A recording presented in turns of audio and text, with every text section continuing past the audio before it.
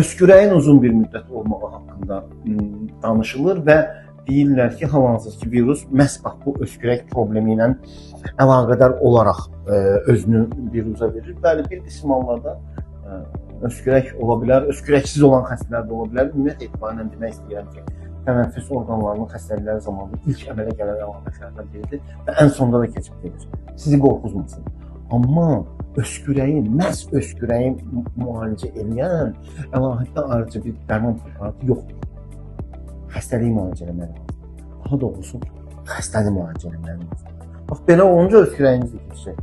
Xəstəlik sağalınca, xəstə sağalınca öskürək keçib gedəcək. Amma öskürəyin dalınca düşüb, öskürəyin keçdiyini, öskürəyi kəsək, xüsusən də o quru öskürəyi dəf eləmək üçün nəyə görəsə xüsusi bir dərman preparatı alır kişilər, məntiqsizlik eləməyin.